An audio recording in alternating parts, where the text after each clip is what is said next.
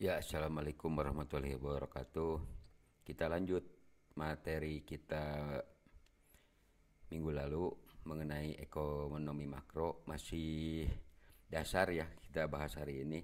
Masih dalam pembahasan dasar.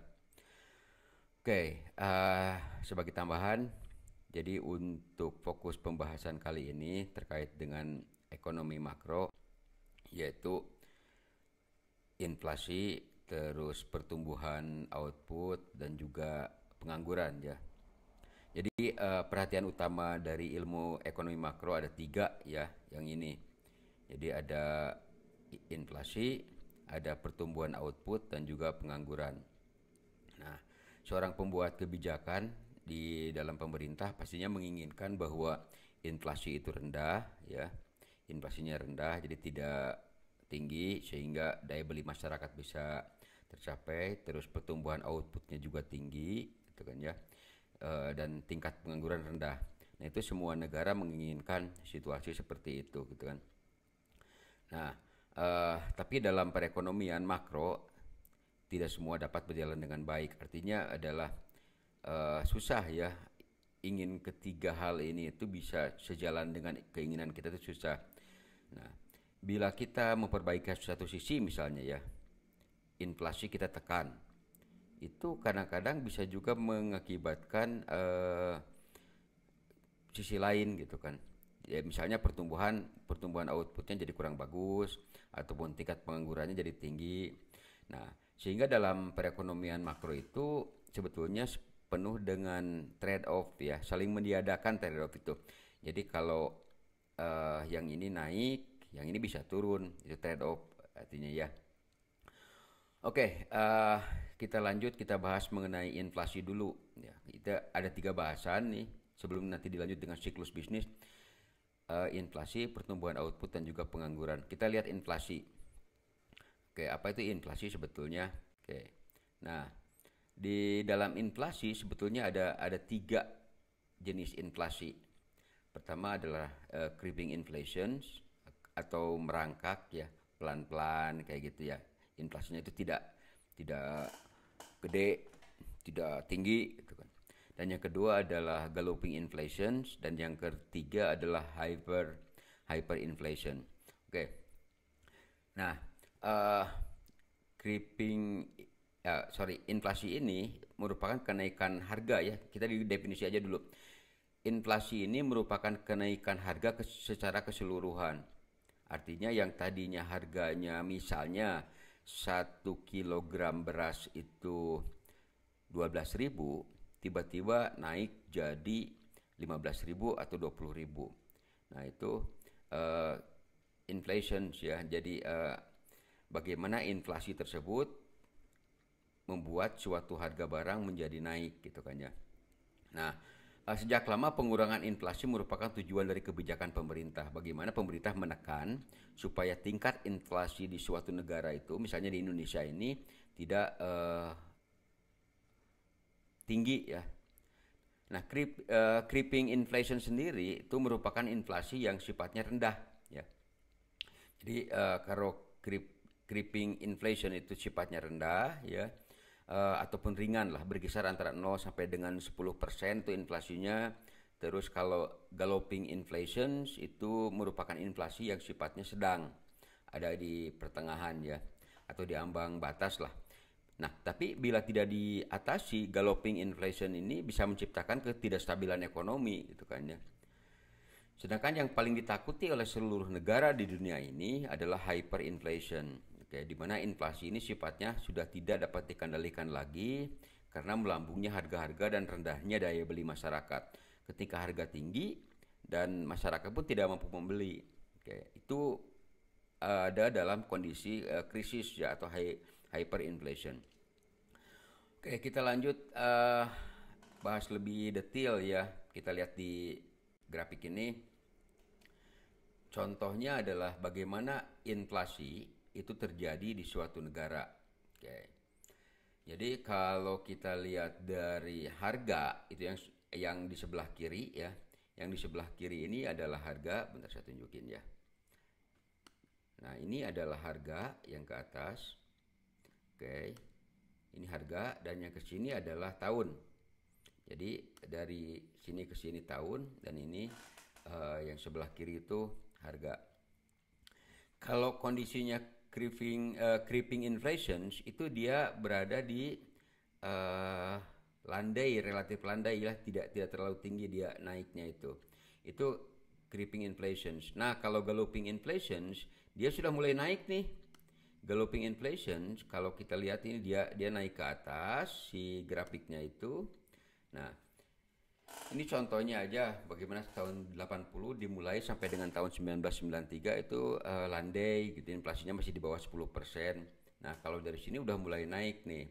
Kalau tidak diatasi bisa mengakibatkan bahaya yaitu hyperinflation atau inflasi yang sangat tinggi, sangat luas. Oke. Baik, kita coba pahami lebih detail ya satu persatu. Pertama, creeping inflation. Oke.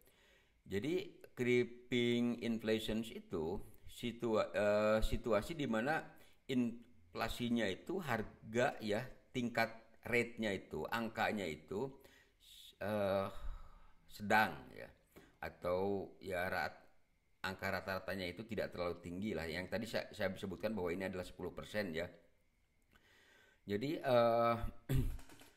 angka tingkat inflasi kenaikan harga barang itu tidak terlalu cepat.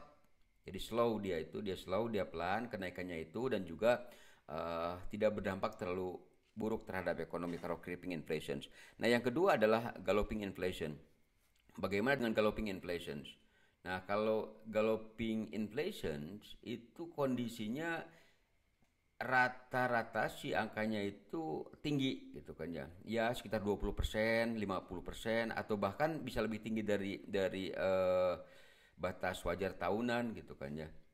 Nah, pada periode ini itu kadang-kadang inflasi tidak bisa terkontrol ya dan bisa mengakibatkan resesi ekonomi kalau terjadinya galloping inflation. Nah, galloping inflation ini yang bisa mengakibatkan semakin cepatnya harga itu naik gitu kan ya. Kadang-kadang di dalam jangka waktu yang pendek si kondisinya itu harganya itu bisa langsung tinggi gitu kan ya. Makanya tadi bilang bahwa kalau tidak segera diantisipasi galloping inflation ini bisa berdampak berbahaya bagi perekonomian suatu negara. Nah, kalau terjadi galloping inflation itu yang paling kena dampak adalah golongan bawah, golongan masyarakat bawah itu sangat terdampak luas ya kalau galloping inflation. Kalau tidak diatasi, tadi saya katakan bahwa ini bisa mengakibatkan depresi ekonomi ataupun resesi ekonomi. Oke, kita lihat contohnya ya, jangan jauh-jauh. Di negara kita aja kita pernah mengalami galloping inflation.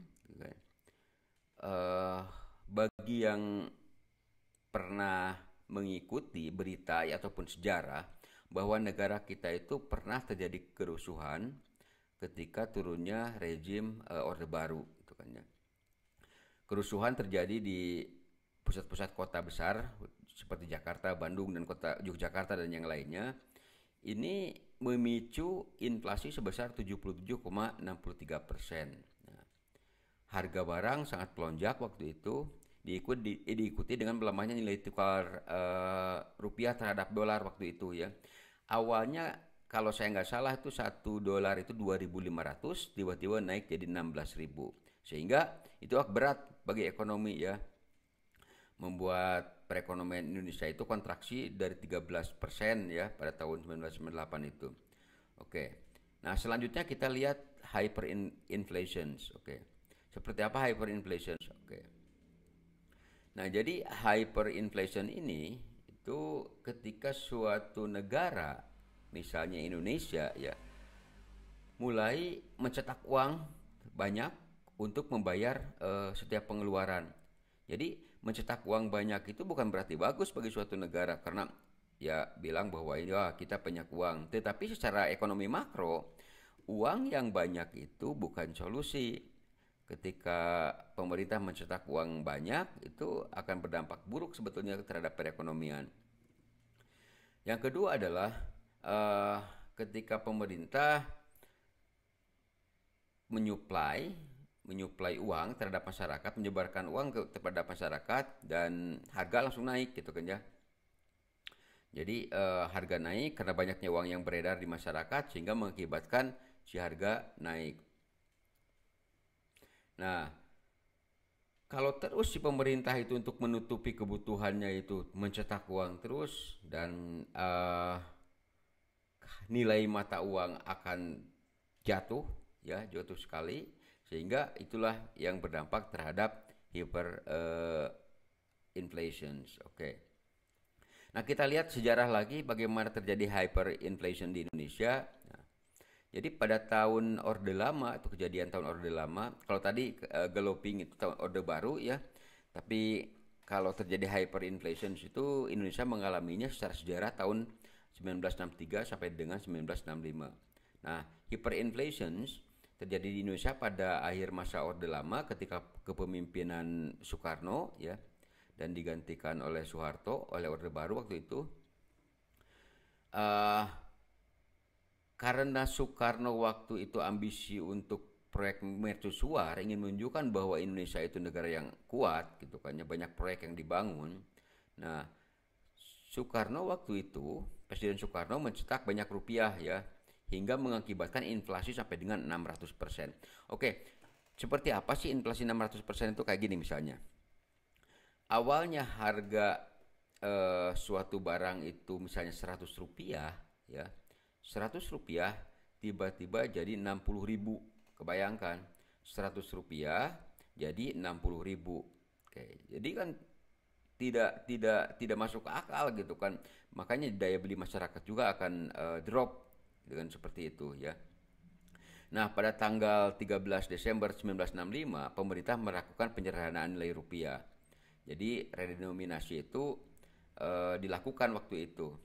Nah, arti dari redenominasi itu bahwa nilai uang diturunkan nilainya dari 1.000, misalnya di 1 rupiah 3 digit dihilangkan gitu kan. Nah, itu redenominasi. Oke, yang kedua setelah tadi inflation ya kita bahas, yang kedua adalah pertumbuhan output. Nah, pertumbuhan output atau secara ekonomi ya, itu berkaitan dengan pertumbuhan modal fisik dan modal manusia serta perkembangan teknologi, perubahan institusi dan berbagai faktor lainnya.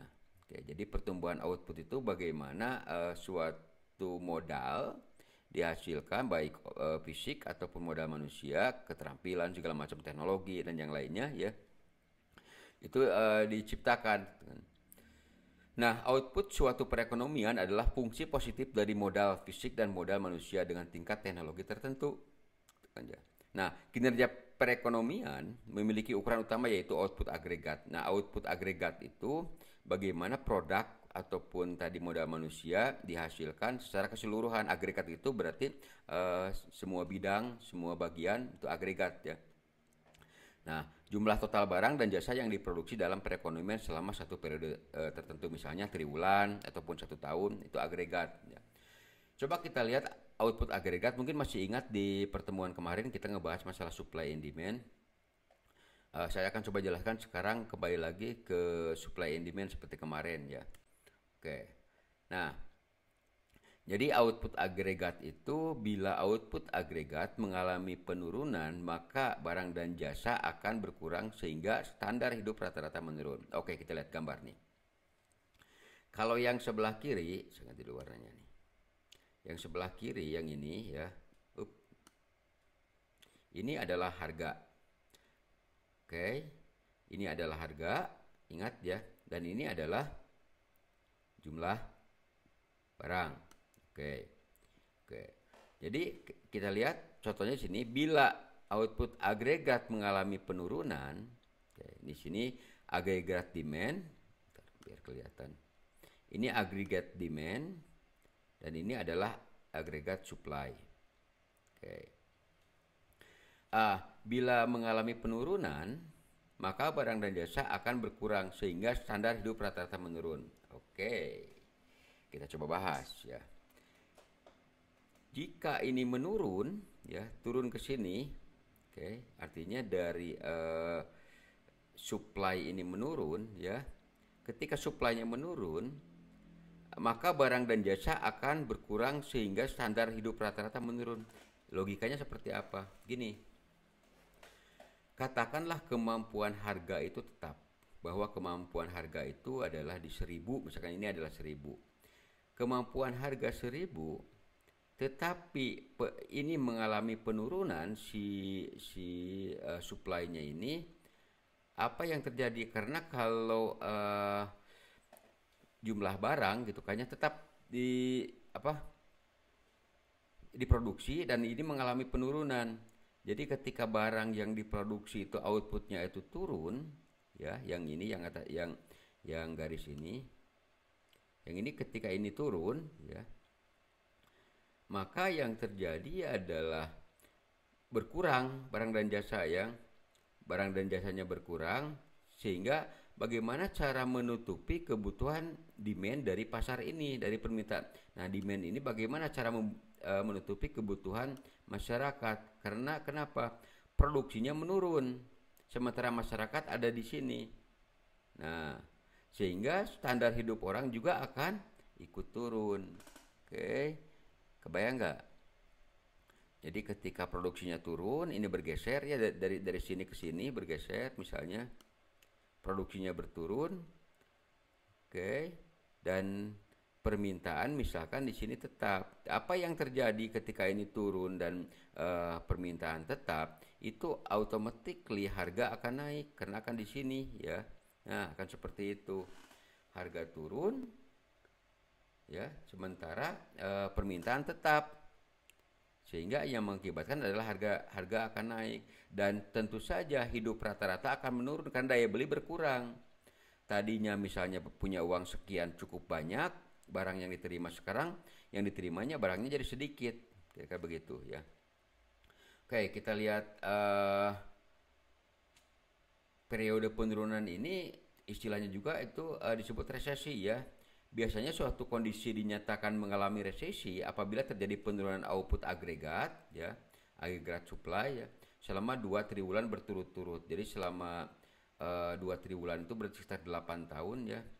2 triwulan berturut-turut itu turun, itu akan mengalami resesi. Kita lihat supply and demand, ya. Oke, hukum pasar yang kemarin kita bahas di minggu kemarin, ya, terkait dengan supply and demand. Jadi anggap saja ini adalah supply. Supply itu produksi segala macam pabrik, mau baik barang ataupun jasa itu supply. Dan demand adalah harga. Oke. Ketika permintaan turun, ya, supply akan naik. Oke. Demand fall, supply rise. Oke. Tapi harga akan turun. Kebayang nggak gini? Saya ibaratkan contohkan aja ke produk langsung. Ketika permintaan dari masyarakat berkurang, tapi supply dari distributor tetap kan, atau supply naiklah, katakan bahwa permintaan daya beli masyarakatnya kurang dan kurang permintaan dari masyarakat. Tetapi barang tetap disuplai oleh si distributor. Apa yang terjadi adalah harga akan turun. Begitupun juga sebaliknya, ketika permintaan naik, misalnya masyarakat berlomba-lomba untuk membeli barang, tetapi suplainya sedikit. Apa yang terjadi adalah harga turun. Seperti minyak goreng hari inilah. Minyak goreng itu suplainya sedikit, tetapi permintaan tinggi. Apa yang terjadi? Berapapun harganya, ini akan dibeli. Oke, jadi itu salah satu contoh. Dan jika ini dibiarkan, pemerintah tidak ikut campur, itu bisa berbahaya.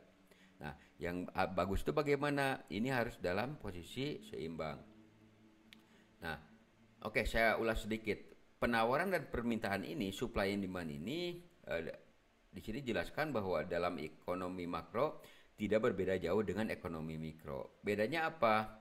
Bedanya itu kalau ekonomi mikro yang dibahas masalah keluarga atau household sama perusahaan individu satu persatu ya, tapi kalau makro secara keseluruhan permintaan agregat dan permintaan total akan barang dan jasa dan penawaran agregat. Nah, jadi agregat itu rata-rata dari semua, itu kan ya. Jadi bukan hanya dari satu bagian saja. Oke, kira-kira begitu ya. Ya, selanjutnya kita bahas mengenai pengangguran ya. Bagaimana pengangguran? Oke, jadi dalam ilmu ekonomi mikro ya, maka tanggapan atas berlebihnya penawaran tenaga kerja. Jadi kalau tenaga kerja banyak ya yang ditawarkan di pasar, artinya banyak orang yang mencari kerja seperti itu ya. Dengan menurunkan upah sehingga keseimbangan akan tercapai lagi. Nah, jadi kalau banyak orang yang mau kerja, harga turun, harga upahnya ya, berarti itu balance lagi, seimbang lagi. Sedangkan adanya pengangguran ya, adanya pengangguran tampaknya mengimplikasikan bahwa pasar tenaga kerja agregat tidak berada dalam keseimbangan. Jadi kalau tenaga kerja yang terlalu banyak, itu kan ya, sehingga akan bermasalah, gitu kan ya. Secara agregat itu akan bermasalah. Oke, selanjutnya bagaimana peran pemerintah dalam ekonomi makro? Nah, kebijakan pemerintah yang dapat mempengaruhi perekonomian makro itu ya ada 3 kan tadi, kebijakan fiskal, kebijakan moneter, dan kebijakan pertumbuhan. Apa itu kebijakan fiskal? Jadi kalau kebijakan fiskal itu salah satu cara pemerintah ya, mempengaruhi perekonomian melalui keputusan pajak dan pengeluaran pemerintah. Nah itu, jadi si pemerintah kalau fiskal itu terkait dengan uang ya, jadi bagaimana nilai uang itu supaya bisa stabil, si pemerintah menaikkan pajak gitu kan ya, dan pengeluaran pun juga ditambah oleh pemerintah sehingga ekonomi berjalan kembali. Nah, kita kembali lagi ke seperti pertemuan yang lalu bahwa teorinya si Keynes ya, dia itu mengeluarkan gagasan bahwa kebijakan fiskal dapat dan hendaknya digunakan untuk menstabilkan tingkat output dan peluang kerja. Jadi kalau pemerintah menaikkan fiskal ya, tujuannya itu harus untuk output, artinya bagaimana nanti produksi barang dan tenaga kerja banyak yang terserap ya. Itu kebijakan fiskal seperti itu. Nah, sebaliknya jika pemerintah menaikkan pajak atau menurunkan pengeluaran ya untuk mengeluarkan perekonomian dari inflasi. Nah, agar tidak inflasi, si pemerintah pajak dinaikkan, terus pengeluaran ditekan ya, turunkan. Nah, bagaimana dengan kebijakan moneter? Jadi selain pajak ada kebijakan pemerintah yaitu kebijakan moneter. Kebijakan moneter itu variabel yang dikendalikan oleh pemerintah, yaitu jumlah uang yang beredar ya. Adanya kendali pemerintah pada jumlah uang yang beredar di perekonomian sehingga pemerintah membutuhkan suatu lembaga yang disebut dengan bank sentral. Jadi kalau di kita ada Bank Indonesia yang mengatur, mengelola terkait dengan kebijakan moneter. Jadi kalau belum paham tentang kebijakan moneter, itu kebijakan tentang nilai mata uang ya. Bagaimana dengan kebijakan pertumbuhan?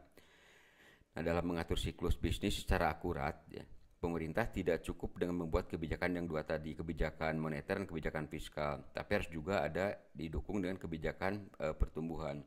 Nah, seharusnya juga kebijakan pemerintah fokus terhadap bagaimana merangsang penawaran agregat ya. Tadi di gambar yang tadi saya sudah jelaskan bagaimana penawaran itu naik ya agregatnya, sehingga dapat merangsang pertumbuhan potensial, output yang potensial, dan pendapatan yang potensial. Oke, dengan kebijakan pemerintah tersebut ya. Nah, kebijakan pemerintah yang mendukung pertumbuhan adalah dengan menurunkan tarif pajak. Gunanya apa? Kalau pajak turun berarti orang pengusaha itu sudah mulai lagi berjalan bisnisnya, dan mereka tidak khawatir dengan pajak yang tinggi gitu kan. Nah, ini akan mendorong masyarakat untuk bekerja, menabung dan melakukan investasi karena pajaknya turun gitu kan ya. Jadi uang banyak yang beredar di masyarakat. Oke, selanjutnya kita bahas terkait dengan siklus bisnis. Bagaimana siklus bisnis? Jadi siklus bisnis itu adalah fluktuasi naik turunnya GDP atau Gross Domestic Product atau produk domestik bruto. Oke. Jadi bagaimana si produk domestik bruto ini naik turun itu di dalam siklus bisnis itu terjadi gitu kan ya. Tidak cepat, yang namanya naik turunnya itu biasanya dia dalam satu periode setahun itu terjadi fluktuasi naik turun gitu kan ya. Nah, uh, ini siklus bisnis ini menjelaskan tentang ekspansi dan kontraksi, bagaimana naik dan bagaimana turun kalau terjadi kontraksi dia di dalam ekonomi. Nah, aktivitas ini semua negara pasti akan mengalami ya. Semua negara akan mengalami aktivitas ini yang mana perekonomian itu kadang naik dan juga kadang turun. Oke. Nah, sebelum ke sana barusan saya bahas sedikit mengenai GDP atau Gross Domestic Product ataupun produk domestik secara gross ya ataupun bruto istilahnya kalau dalam bahasa Indonesia. Apa sih GDP itu sebetulnya? Oke. Jadi GDP itu adalah nilai akhir dari suatu barang ataupun jasa yang dihasilkan di dalam satu negara, satu wilayah gitu kan. Jadi tidak dihitung yang ada di luar negeri. Kalau di luar negeri itu beda lagi. Hitungannya kalau sama luar negeri diincludekan, disertakan itu namanya GNP, Gross National Product. Kalau ini GDP itu domestik yang ada di satu negara saja. Jadi GDP itu adalah, saya ulangi ya, bagaimana produk akhir dari barang dan jasa yang dihasilkan oleh suatu negara dalam satu periode tertentu gitu kan ya.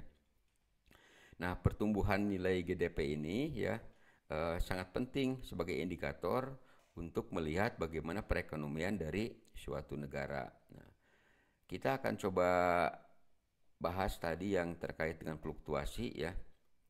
Kita lihat bagaimana fluktuasi itu terjadi ya. Nah, ini di fluktuasi itu ada yang namanya dari mulai ekspansi ya, ada juga peak berada di puncak, dan juga ada resesi itu ke drop ke bawah, dan juga depresi itu lebih parah lagi ya, pada titik terendah, dan itu berikutnya adalah tough ketika dia mulai mau naik lagi, dan terus recovery. Setelah recovery kembali lagi ke ekspansi. Jadi seperti itu naik turun ya, seperti hula hoop gitu kan ya, naik turun. Oke, kita bahas satu-satu dulu terkait dengan ekspansi. Oke, apa itu ekspansi? Nah, tahapan pertama di dalam perekonomian yang dimulainya itu ketika ekspansi ya. Dalam siklus ini kalau ekspansi itu di mana terjadinya peningkatan indikator ekonomi positif ya, positif. Jadi kalau ekspansi itu ekonominya positif, seperti kesempatan kerja, pendapatan, output, upah, keuntungan dan permintaan, juga penawaran barang dan jasa ya, itu berada di titik yang bagus ya. Debitur umumnya membayar utang tepat waktu gitu ya. Jadi perputaran uang beredar tinggi dan investasi juga tinggi gitu ya. Nah, proses ini berlanjut selama kondisi ekonomi menguntungkan untuk ekspansi. Jadi kalau tidak ada gangguan terhadap perekonomian, dia akan terus naik si ekspansi ini ya. Oke. Nah, di titik merah, di lingkar merah ini itu adalah titik awal dari ekspansi dan terus dia naik, dan akhirnya dia akan berada pada posisi peak atau posisi puncak. Nah, apa posisi puncak? Jadi posisi puncak itu adalah titik jenuh sebetulnya sih. Jadi dia titik akhir dari melesatnya suatu perekonomian yang tumbuh gitu kan ya. Jadi batas maksimum sudah tidak bisa kemana-mana lagi karena topnya itu ada di sana gitu kan, di puncak. Nah, jadi indikator ekonomi tidak tumbuh lagi dan dan berada pada level paling tinggi gitu kan ya. Harga berada di puncaknya. Tahap ini menandai bahwa titik balik ya tren pertumbuhan ekonomi. konsumsi cenderung untuk merestrukturisasi anggaran uh, pada periode ini gitu kan ya. Oke, selanjutnya setelah peak dan tidak bisa lagi dia mentok, ya tidak bisa lagi dia naik, pasti akan ada yang namanya resesi ya. Oke, jadi apa itu resesi? Jadi resesi itu ketika dia mulai turun lagi perekonomian tadi itu. Jadi setelah tadi peak puncak dan tidak bisa lagi dia naik, berarti dia otomatis dia akan turun gitu kan ya. Nah, biasanya kalau dalam kondisi seperti ini tuh permintaan akan barang dan jasa udah mulai turun lagi secara cepat gitu kan ya. Jadi barang dan jasa tidak secepat ketika dia mau naik ke peak, tapi di sini dia udah mulai turun lagi secara drastis gitu kan ya. Kadang-kadang dia pelan juga gitu kan. Nah, di tahap ini produser ya ataupun produsen yang biasa memproduksi barang dan jasa ya, mereka tidak paham dengan penurunan ini gitu kan ya. Mereka jalan saja perekonomian seperti biasa, mereka nggak paham dengan ini, terus saja mereka membuat produk sebagaimana ketika berada di top gitu kan. Nah, uh, ini akan berdampak pada situasi di mana supply itu melebihi barang yang ada di pasar. Karena kan ingat kalau makro itu bukan hanya satu perusahaan tapi banyak perusahaan. Nah, barang berada di pasar yang banyak. Nah, apa yang terjadi ketika barang melebihi pasar? Balik tadi kan hukum supply and demand. Ketika banyak penawaran, berarti otomatis harga akan turun. Nah, barang terlalu banyak di pasaran itu tendensi ekonominya tidak baik gitu kan. Harga pasti bakal turun gitu kan. Nah, seluruh indikator ekonomi yang positif itu ya semuanya jatuh, semuanya turun gitu kan. Seperti pendapatan turun, eh, output juga turun gitu kan ya, gaji turun. Itu konsekuensinya tadi saya udah utarakan bahwa eh, jatuh, harga jatuh gitu kan ya. Itu yang terjadi ketika mulai resesi. Oke. Setelah itu tidak membaik. Kalau tidak diperbaiki, kalau tidak ada tindakan konkret itu akan menimbulkan depresi. Oke. Nah, depresi itu adalah sudah mulai meningkatnya pengangguran gitu kan ya. Pengangguran mulai meningkat, pertumbuhan ekonomi juga turun dan eh, penurunan ini ya penurunan ini terus terus meluncur ke bawah dan inilah dikatakan bahwa suatu negara berada di posisi depresi. Nah, setelah depresi yang paling akhir dari tingkatan depresi itu adalah posisi top ya. Nah, ini tumbuh perekonomian secara negatif ya. Jadi eh, titik akhir daripada penurunan ini dikatakan bahwa pada posisi tahap ini ialah permintaan akan barang dan jasa itu turun gitu kan ya. Jadi pada titik yang paling terendah aja pokoknya kalau tahap itu. Jadi dia berada pada titik terendah. Nah, jadi perekonomian tuh mulai parah gitu kan. Kondisinya berada posisi paling rendah gitu kan. Jadi perekonomian tidak baik dalam suatu negara dan pendapatan negara dari pajak dan yang lainnya juga itu sudah rusak gitu kan ya. Nah, tetapi setelah ini pasti akan diikuti oleh posisi recovery. Oke, jadi recovery itu eh, si ekonomi sudah mulai lagi merangkak naik gitu kan ya. Nah, dalam fase ini perekonomian sudah mulai membaik dan itu sudah mulai bergerak dari negatif ke positif. Permintaan barangnya pun juga sudah naik lagi. Kenapa? Karena mulai naik lagi. Karena kan tadi kalau posisi tahap itu semua harga turun. Nah, ketika semua harga turun, daya beli masyarakat mulai naik lagi. Nah, berarti supply juga sudah mulai masuk. Kenapa? Karena permintaan akan barang itu naik lagi gitu kan ya. Nah, itu. Jadi demikian. Nah, populasi juga naik segala macam itu perekonomian sudah mulai membaik lagi, apa, pengangguran sudah mulai teratasi lagi, itu pada posisi recovery. Oke. Nah, setelah recovery itu akan kembali lagi ke posisi semula yang tadi, yaitu tahap awal ekspansi. Kira-kira begitulah. Itu jadi proses dari siklus bisnis ya. Jadi bisnis secara agregat itu ada yang naik turun gitu kan. Tidak selamanya naik aja terus.